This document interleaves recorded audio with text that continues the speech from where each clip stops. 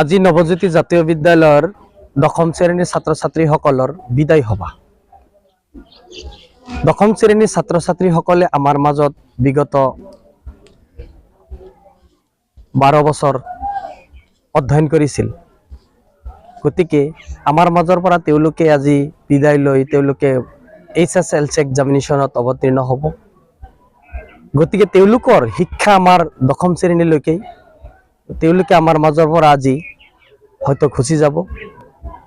খন্তেক হিচাপে আমাৰ পৰা বিদায় মাগিব আহিছে। আমি তেওঁলোকক বিদায় দিব লাগে। আমি তেওঁলোকক যি শিক্ষাদান কৰিছোঁ তাৰ মাজত যদি কিবা ভুল ত্ৰুটি হৈ থাকে বা কোনো ক্ষেত্ৰত যদি আমি তেওঁলোকক কোনো টান ভাষাৰে তেওঁলোকৰ লগত আচৰণ কৰিছোঁ, সেইখিনিও আমি আচলতে আজি এই সভাৰ যোগেতে আমি ক্ষমা মাৰ্জনা বিচাৰিছোঁ।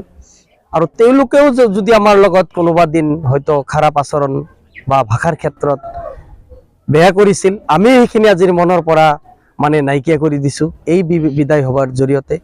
এই বিদায় সভাত আমি তেওঁলোকক দোৱা মাগিছোঁ। এই বিদায় সভাৰ জৰিয়তে তেওঁলোকে যাতে তেওঁলোকৰ মহান উদ্দেশ্য HSLC এক্সামিনেশ্যন, এই পৰীক্ষাত যাতে তেওঁলোকে সুখ্যাতিৰে বা সফলতাৰে অৰ্জন কৰি আমাৰ এইখন বিদ্যালয় নৱজ্যোতি জাতীয় বিদ্যালয়ৰ গৌৰৱ কঢ়িয়াই আনিব পাৰে। আমাৰ এইখন গাঁৱৰ নাম ভেড়াগাঁও বা এই অঞ্চলৰ নামো তেওঁলোকে গৌৰৱ কঢ়িয়াই আনিব পাৰে।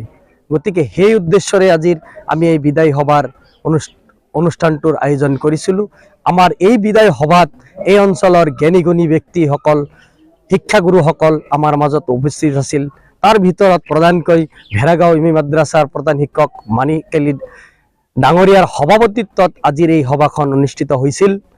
আৰু আমাৰ মাজত উপস্থিত হৈছিল, নথৈ আমি আনন্দিত, গুৰুকুল ছিনিয়ৰ ছেকেণ্ডেৰীৰ অধ্যক্ষ মহোদয় আমাৰ মাজত উপস্থিত হৈ আমাৰ বিদায় লোৱা ছাত্ৰ ছাত্ৰীক এটি এটিকৈ ফুলাম গামচাৰে সম্বৰ্ধনা জনাইছে। এখেতক আমি এই ক্ষেত্ৰত অশেষ ধন্যবাদ জ্ঞাপন কৰিছোঁ। বিদায় লোৱা ছাত্ৰ ছাত্ৰীক এই সভাৰ জৰিয়তে আমি এইখিনি বুজাইছোঁ যে যোৱা বছৰ আমাৰ এইখন বিদ্যালয়ৰ গৌৰৱ কঢ়িয়াই আনিছিল প্ৰায় 85% পাবলৈ সক্ষম হৈছিল দুগৰাকী ছাত্ৰ। গতিকে সেইসকল ছাত্ৰ ছাত্ৰীৰ দৰে আমি দিহা পৰামৰ্শ এওঁলোককো দিছোঁ, যাতে তোমালোকে যোৱা বছৰৰ যেনেকুৱা পৰীক্ষাৰ্থী সুখ্যাতিৰে উত্তীৰ্ণ হৈছিল, আমিও আশা ৰাখিছোঁ তোমালোকৰ ওপৰত যাতে তেওঁলোকৰ দৰে এই বছৰৰো আমাৰ HSLC এক্সামিনেশ্যনৰ ৰিজাল্টটো যাতে তেনেকুৱা গৌৰৱময় হয়, তাৰে আশা ৰাখিছোঁ এই ছাত্ৰ ছাত্ৰীৰ ওপৰত। এইবাৰ আমাৰ মুঠ ছাত্ৰ ছাত্ৰী 22 জন। মোটামুটি যোৱাবাৰ ভালে হৈছিল। এইবাৰ হয়তো আমাৰ এটা আশা যে 7-8 জন মান ফাৰ্ষ্ট ডিভিজন পাব। তাৰে ষ্টাৰ মাৰ্ক ডিষ্টিংশ্যনৰো আশা অলপ কৰিছোঁ। যোৱাবাৰ ছাত্ৰ ছাত্ৰীৰ ক্ৰছ কি সম পৰ্যায়ৰে এইবাৰ আমাৰ ছাত্ৰ ছাত্ৰী সম পৰ্যায়ৰে। আজি আমাৰ বিদায় লোৱাৰ দিন। আজি বহুত বেয়া লাগি আছে, কিয়নো মই এইখন বিদ্যালয়ত 12 বছৰ ধৰি পঢ়ি আছোঁ। আমাৰ ছাৰ বাইদেউসকলে বহুতো মৰম কৰিছে আমাক। আজি বিদায় লৈ বহুত বেয়া লাগি আছে।